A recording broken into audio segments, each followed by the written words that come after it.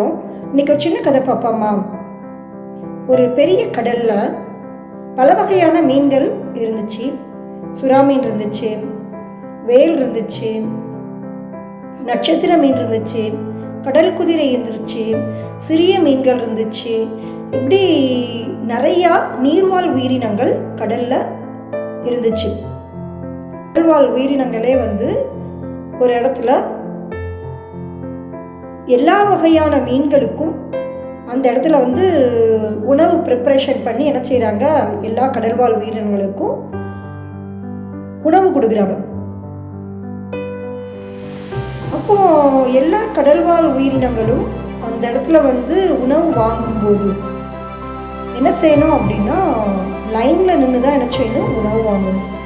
அப்போ எல்லா வகையான மீன்களும் என்ன செய்யுது, லைன்ல இருந்து உணவு வாங்குறதுக்காக காத்திருக்கிறாங்க.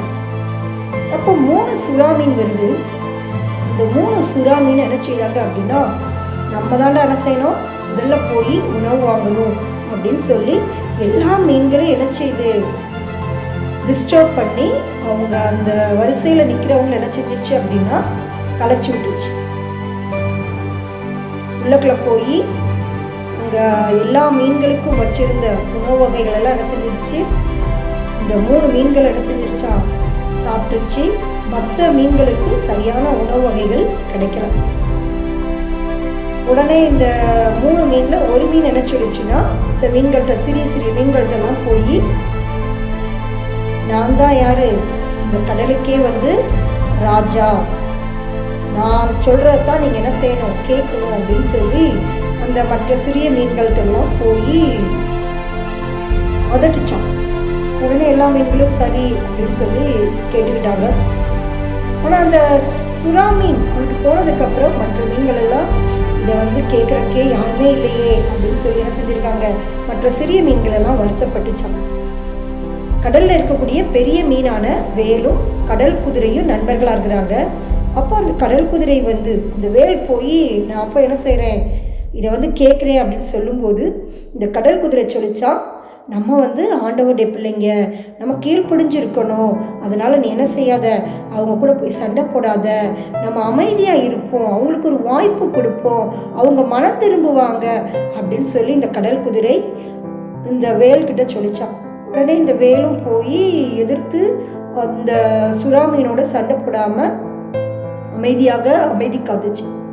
ஒரு நாள் என்னாச்சு அப்படின்னா, அந்த கடலில் மீன் பிடிக்கிறதுக்காக 2 மீனவர்கள் பெரிய ஒரு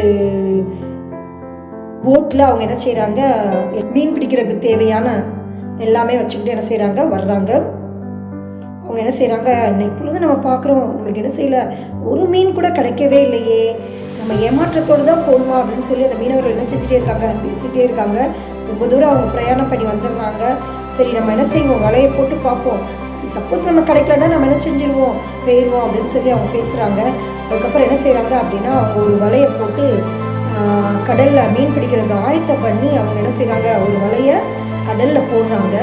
கடலில் அவங்க மீனவர்கள் வலையை போட்ட உடனே எந்த மீன் எல்லா மீனையும் போய் பயமுறுத்துச்சோ, நான் தான் ராஜா, என்னுடைய சொல்படி தான் நீங்கள் கேட்கணும் அப்படின்னு சொல்லி பயமுறுத்துச்சோ, அந்த சுறா மீன் என்ன செஞ்சுக்கிடுச்சா, அந்த வலைக்குள்ளே மாட்டிக்கிடுச்சு.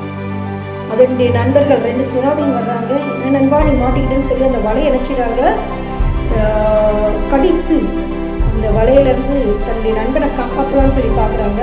ஆனால் அவங்களால என்ன செய்ய முடியல, காப்பாற்ற முடியல. அந்த மீனவர்கள் நம்மளுக்கு பெரிய சுறா மீன் கிடச்சிருக்கு, அதனால நம்ம என்ன செய்ய முடியாது, நம்ம மேலே வலையை இழுத்தோம் அப்படின்னா நம்மளால பாதுகாப்பாக என்ன செய்ய முடியாது, கொண்டுட்டு போக முடியாது. நம்ம கரையேற வரைக்கும் அதை என்ன செய்யட்டும், அந்த சுறா மீன் தண்ணிக்குள்ளே கடலுக்குள்ளேயே இருக்கட்டும். அப்போ நம்ம கரை ஏறும்போது நம்ம என்ன செஞ்சுக்கலாம், அந்த வலையை இழுத்து நம்ம என்ன செஞ்சுக்கலாம், மீனை எடுத்துக்கலாம் அப்படின்னு சொல்லி அந்த மீனவர்கள் 2 பேரும் பேசுகிறாங்க. அதுக்கப்புறம் என்னாச்சு அப்படின்னா, இந்த கடற்குதிரை பார்க்குது, சுறா மீன் என்ன செஞ்சிருக்கு, இந்த வலையில் அகப்பட்டு இருக்குது. அந்த கடல் குதிரை என்ன செஞ்சிச்சான், வேகமாக தன் நண்பன் கிட்ட போய் என்ன செஞ்சிச்சான், வேல்கிட்ட போய் சொல்லிச்சான், நண்பா எனக்கு நீ ஒரு உதவி செய்யணும் அப்படின்னு சொல்லிச்சான். உடனே என்ன அப்படின்னு கேட்கும்போது, இப்படி சுறா மீன் வந்து என்ன செஞ்சிருச்சு, மீனவர்கள் விரித்த வலையில் என்ன செஞ்சிச்சு, அகப்பட்டுருச்சு. அதனால் நீ வந்து எனக்காக என்ன செய்யணும், காப்பாற்றணும் அப்படின்னு சொல்லி கேட்டிருக்கு. உடனே வேல் சொல்லிச்சான், இல்லை இல்லை, ஆண்டவர் வந்து அவங்களுக்கு சரியான நேரத்தில் தக்க தண்டனை கொடுத்துருக்காரு அப்படின்னு இந்த வேல் சொல்லிச்சான். உடனே கடற்குதிரை சொல்லிச்சான், இல்லை நண்பா, நம்ம அப்படி நினைக்கக்கூடாது. நம்ம வந்து ஆண்டவருடைய பிள்ளைங்க, ஆண்டவருக்கு கீழ்ப்படிஞ்சு நடக்கிற பிள்ளைங்க.